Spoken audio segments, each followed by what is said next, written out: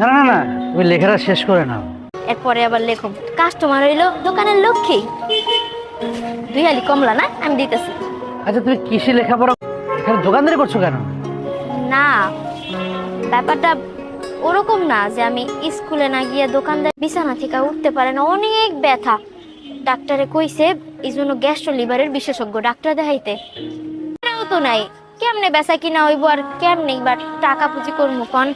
এই জন্য মার চিকিৎসা করাইতে পারতেছি না, বসা করে রাখি। ফল ফলাদি গুলা নষ্ট হয়ে যাইব না কন, এর লিগে আর কি আমি দোকান করি। আজকে ভাবছিলাম ক্লাস করুম, এই জন্য মনে পড়লো যে আজকে যদি দোকানদারি না করি তাহলে মায়ের ওষুধ কেমনে নেবো। মার তো অনেকগুলো ওষুধ লাগে, তাই এতটুক 2 বছর বয়স তখনই আমার বাপ আমার মারে আর আমার সাইরা চলে গেছে। আচ্ছা আচ্ছা, কোটিপতি হতে চাও? আচ্ছা বেশ, তুমি কোটিপতি হয়ে কি করবে? আমি যদি কোটিপতি হই তাহলে তো আমার কাছে কোটি ভালো কয়টা খাওন দিতে পারো, আমার মারে আমি চিকিৎসা করাইতে পারবো, যত অসুখ লাগে যত পরীক্ষা নিরীক্ষা সব করাইতে পারবো। পর্যন্ত আনছে নিজের মাথার ঘাম পায়ে ফালাইয়া, আমার মায় লার্কি টোকায় টোকায় রাস্তায় বিক্রি করতো। তারপরে ধৈরা রাখা লাগবো না, ব্যবসা যদি ধৈরা না রাখি তাহলে কি খাওয়া বাঁচবো আমরা এখন। কিন্তু আমার মা জীবনে যে কষ্ট করছে কন।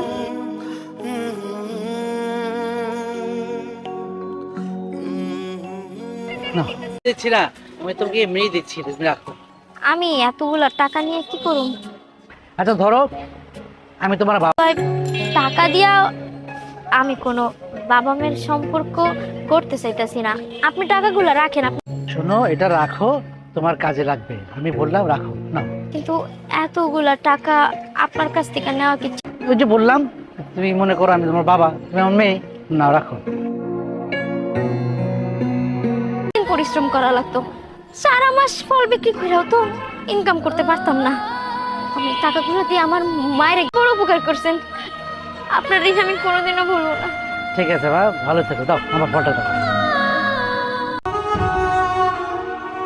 দেখুন ওনার শরীরের যে কন্ডিশন, এতে মনে হচ্ছে, কারণ আমি তো প্রত্যেকটা রিপোর্ট খুব ভালোভাবে দেখলাম, আমার মনে হয় অ্যাজ সুন অ্যাজ পসিবল।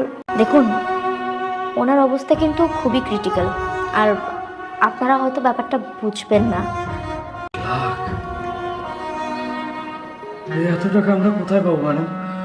আমরা অনেক গরিব, আমাদের কাছে অনেক টাকা, আমরা এই টাকা জোগাড় করতে কোনোভাবেই পারবো না ম্যাডাম।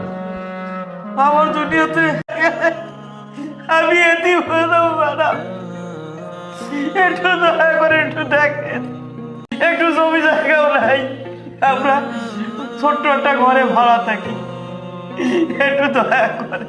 পরিচিত মনে হচ্ছে, কেন যেন মনে হচ্ছে আমি আপনাকে কোথাও দেখেছি। না না, আমি আপনাকে চিনি। আপনার মনে আছে 7 বছর আগের কাহিনী? ওই দিন আপনি আমাকে অনেক বড় উপকার করেছিলেন। সেই 10 যে রোগ ধরা পড়েছিল সেই রোগের চিকিৎসা করাতে পেরেছিলাম। আমার মা আল্লাহর রহমতে সুস্থ হয়ে গিয়েছিল।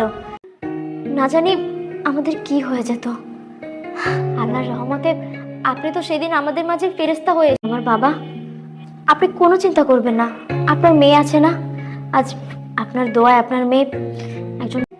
অবশ্যই আমি আপনার ঋণ পরিশোধ করব, আমি আমার দায়িত্ব পালন করব। আপনি কোনো চিন্তা করবেন না, আপনার মেয়ে আছে না, আপনার মেয়ে আপনার চিকিৎসা বহন করবে।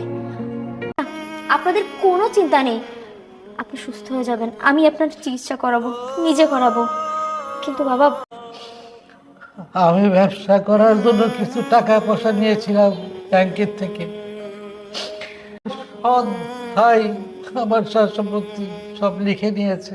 এখন আমি পথের ফকির গোবা, 10 লাখ টাকা করে আল্লাহ মিলিয়ে দিবে, আমি এটা কখনো ভাবতে পারিনি। এর জন্য আল্লাহ বলে, আপনি জানেন আমি আপনাকে কত জায়গায় খুঁজেছি। আমি আমি যখন ডাক্তার হয়ে গেলাম আমি আপনাকে অনেক খুঁজেছি, কিন্তু নেই, আমার কোনো ভাই নেই। আজকে থেকে আপনারা আমার পরিবার, আপনারাই আমার সবকিছু। তুমি কি এটার মানে জানো? জি অবশ্যই ম্যাডাম জানি, এর মানে হচ্ছে আমি আপনার সাথে পরে যোগাযোগ করছি। ও আচ্ছা। জি ম্যাম, আসলে আমি তো এখানে জব করি না, আমি একজনের পরিবর্তে এসেছি, মানে আমার বাবা আপনাদের এই কোম্পানিতে জব করে, তো উনি। ও আচ্ছা, দ্যাটস ভেরি গুড। তার মানে তুমি তোমার বাবাকে অনেক ভালোবাসো আর তোমার বাবাকে নিয়ে তুমি অনেক চিন্তা করো। এনিওয়ে, আমি হচ্ছে একজন সফটওয়্যার ইঞ্জিনিয়ার। আসলে যে কোম্পানিতে জব করতাম ম্যাম, ওই কোম্পানিতে হঠাৎ করে একটা ঝামেলা হয়, আর যার কারণে কোম্পানি থেকে প্রক্সিটা দিচ্ছি। ওয়াও, তার মানে তুমি একজন সফটওয়্যার ইঞ্জিনিয়ার। বাহ, বেশ ভালো তো। এর জন্য জবের কথা বলতেছেন ম্যাডাম? জব তো অনেক জায়গায় খুঁজেছি, কিন্তু যেখানে ইন্টারভিউ দিয়েছি ডাকা হয়েছে সে চাচা, আর ঘুষের টাকা দেওয়ার মতো সামর্থ্য আমার নেই, যার কারণে ম্যাডাম আমার চাকরিটা আর হয় না। বুঝতে পারছি। আচ্ছা, তুমি একজন সফট, প্লিজ ভিতরে আসেন, এই সেই এগুলো করতে কি তোমার লজ্জাবোধ করতেছে না, মানে খারাপ লাগতেছে না? না ম্যাডাম, এই করেই কিন্তু আজকে আমাকে এত বড় করেছে। আজকে আমি যতদূর হয়েছি, যা হয়েছে কিন্তু আমার বাবার বদৌলতে হয়েছে, আর শুধুমাত্র এই কাজের জন্য। তো বাহ, তোমার কথা শুনে বেশ ভালো লাগলো, কারণ তুমি কোনো কাজকে ছোট মনে করো না। তুমি একজন সফটওয়্যার ইঞ্জিনিয়ার। জানো এটা কিসের কোম্পানি? জি ম্যাম, না। এটা হচ্ছে একটা tech company. You are in the right place. আর সব থেকে ইন্টারেস্টিং ব্যাপার কি জানো, আমাদের এই কোম্পানিতে একজন সফটওয়্যার ইঞ্জিনিয়ারের ভ্যাকেন্সি খালি আছে।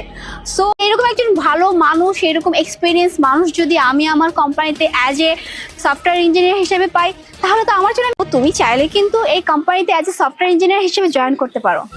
ম্যাডাম, যদি আপনি সুযোগ দেন তাহলে কেন জয়েন করবো না? ঠিক আছে, তুমি যদি এইখানে সফটওয়্যার ইঞ্জিনিয়ার হিসেবে জয়েন করো, সত্যি আমি অনেক খুশি হব। আচ্ছা, তাইলে এক কাজ করো, তুমি